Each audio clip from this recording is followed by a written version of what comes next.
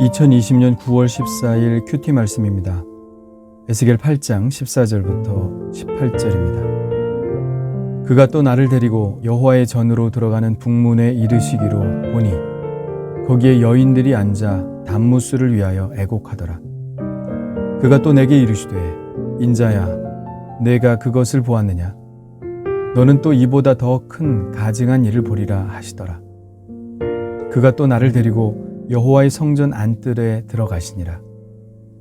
보라, 여호와의 성전 문 곧 현관과 제단 사이에서 약 25명이 여호와의 성전을 등지고 낯을 동쪽으로 향하여 동쪽 태양에게 예배하더라.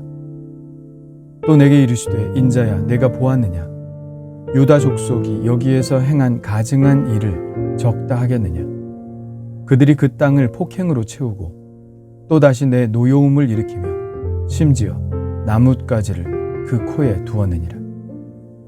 그러므로 나도 분노로 갚아 불쌍히 여기지 아니하며 긍휼을 베풀지도 아니하리니 그들이 큰 소리로 내 귀에 부르짖을지라도 내가 듣지 아니하리라. 아멘. 8장에서 자주 반복되는 문장이 있습니다. 너는 다시 다른 큰 가증한 일을 보리라. 또 이보다 더 큰 가증한 일을 보리라. 8장에는 총 4개의 우상 숭배에 관한 장면이 보여지고 있는데요. 이 문장들은 그 다음 장면을 보여줄 때 나오는 문장들입니다. 그 뜻은 이런 것 아니겠습니까? 이건 아무것도 아니다. 더 기가 막힌 일이 있다. 지금 내가 본 것이 다라면 내가 말을 안 한다. 그들이 이런 일까지 벌이고 있다. 장면 하나하나가 지나갈수록 하나님의 분노가 상승되어 감을 볼 수 있습니다. 처음에는 질투하시는 마음으로 표현했지만 나중에는 그 분노가 끝까지 차오르는 모습을 보여줍니다. 하나님의 진노를 일으키는 장면은 어떤 장면이었습니까? 첫 번째는 제단 문 어기 북쪽에 있는 질투의 우상입니다. 두 번째 장면은 성전 골방에서 장로 70명이 애굽의 짐승신들을 향해 분향하고 있는 장면이고요. 그리고 오늘 말씀의 세 번째와 네 번째 장면이 펼쳐지는데요. 세 번째 장면은 하나님의 전 북문에서 여인들이 앉아 단무스를 위하여 애곡하는 장면입니다. 단무스는 바벨론 사람들이 섬기는 남신입니다.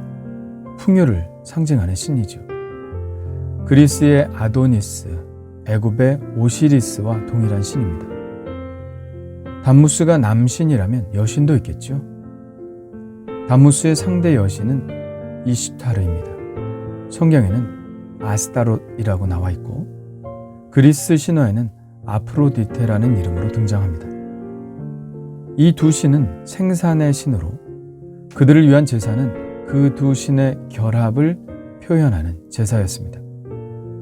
그래서 음란하게 행해졌죠.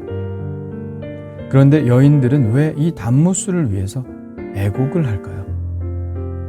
단무스는 생산의 신이기 때문에 봄이면 단무스가 식물을 솟생케 한다고 믿었죠. 그리고 식물이 시드는 여름이 되면 이 생산의 신인 단무스가 죽어 지하로 내려간다고 생각했습니다. 그래서 여름이 되어 건기가 시작되면 그의 죽음을 슬퍼하며 애곡하는 의식을 가졌던 것이죠. 이 여인들은 눈물을 많이 흘리는 것이 충분한 강수량을 준다고 생각했습니다. 그러면 더 풍요롭게 살게 될 것이니까 서로 경쟁하듯이 더 많은 눈물을 흘리려고 했던 것이죠.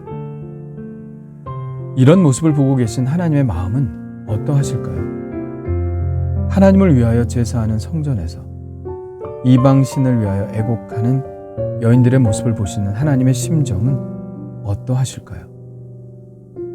하나님이 당신의 이름을 두시려고 지은 성전이라도 파괴하고 싶지 않으셨을까요?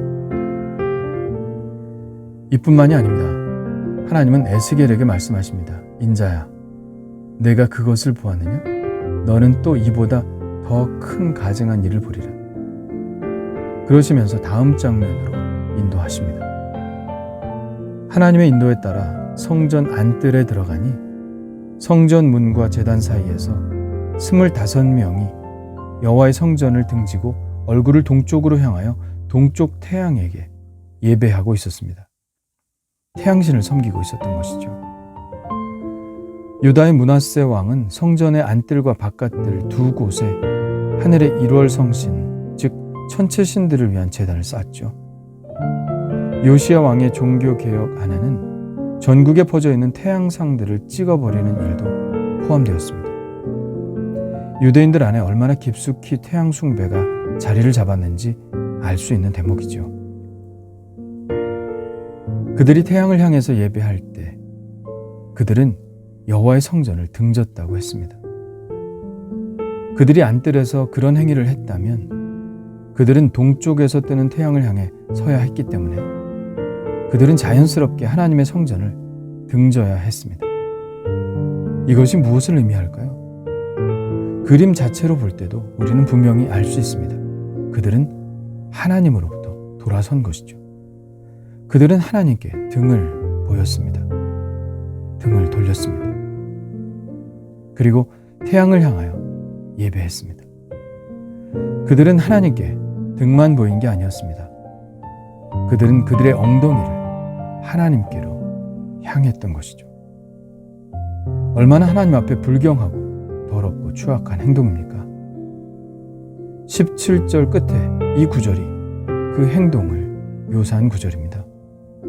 심지어 나뭇가지를 그 코에 두었느니라. 여기서 코는 하나님의 코를 말합니다. 그리고 나뭇가지는 악취로도 번역할 수 있는 말입니다. 그들이 하나님의 코 앞에 더럽고 악취가 나는 것을 두었다는 말씀입니다. 이 네 장면을 보여주시며 하나님은 에스겔에게 이렇게 말씀하십니다. 18절입니다. 그러므로 나도 분노로 갚아 불쌍히 여기지 아니하며 긍휼을 베풀지도 아니하리니 그들이 큰 소리로 내 귀에 부르짖을지라도 내가 듣지 아니하리라. 이 말씀 속에서 하나님께서 왜 이들에게 이렇게 진노하시는지, 하나님께서 왜 당신의 성전을 떠나실 수밖에 없으셨는지, 왜 하나님의 백성들을 이방인의 손에 붙이셨는지 그 심정을 헤아릴 수 있게 됩니다. 하나님은 이렇게 탄식하는 것이죠. 에스겔아 보아라. 이 백성이 하는 짓을 보아라. 내가 어떻게 진노하지 않을 수 있으며 어떻게 이들을 벌하지 않을 수 있겠느냐? 나의 진노가 과하다고 할 수 있느냐? 네가 한번 대답해 보아라. 이런 심정을 말씀하고 계시는 것 아닐까요? 사람들은 벌받는 것을 굉장히 싫어합니다. 과속 카메라 단속에 걸려 날아온 벌금 고지서만 받아도 화가 나는 게 사람입니다. 사람은 벌받는 것을 굉장히 싫어합니다. 왜 그렇습니까? 자기의 잘못을 아주 가볍다고 생각하고 그 벌이 너무 중하다고 생각하기 때문입니다. 그러나 그 어떤 범죄자라도 CCTV를 보여주면 자신의 잘못을 인정하지 않을 수 없습니다. 자기가 한 일을 생생하게 보여주면 수긍할 수밖에 없죠. 오늘 하나님은 에스겔에게 CCTV를 보여주신 것입니다. 말로만이 아니라 생생하게 그들이 하고 있는 것을 눈앞에서 보여주신 것입니다. 에스겔은 그것을 보고 무엇을 느꼈을까요? 하나님의 분노의 마음, 하나님의 질투, 하나님의 배신감이 과하다고 느꼈을까요? 아닙니다. 그는 하나님의 심판이 과한 것이 아니라 당연한 결과라고 수긍하고 인정했을 것입니다. 사람들은 보통 자신의 죄를 잘 인정하지 않습니다. 아무리 흉악한 사람들도 자신은 그렇게 나쁜 사람이 아니라고 생각합니다. 그러나 하나님의 심판대 앞에서도 그럴 수 있을까요?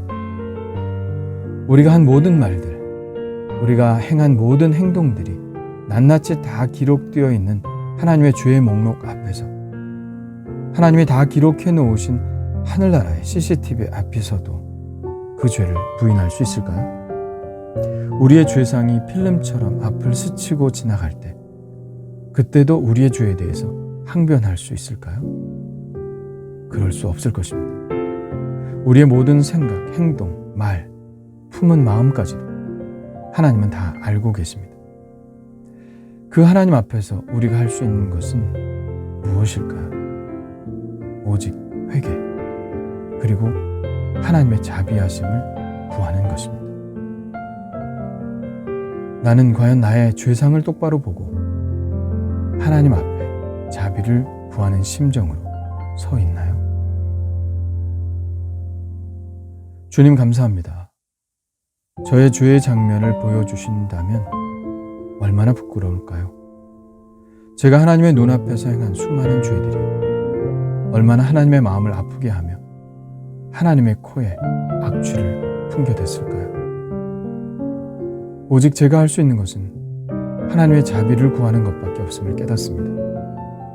오 주님, 저를 불쌍히 여기시사 저의 모든 더러운 죄를 씻으시고 하나님의 자비하심으로 저를 구원하여 주옵소서. 예수님의 이름으로 기도합니다. 아멘.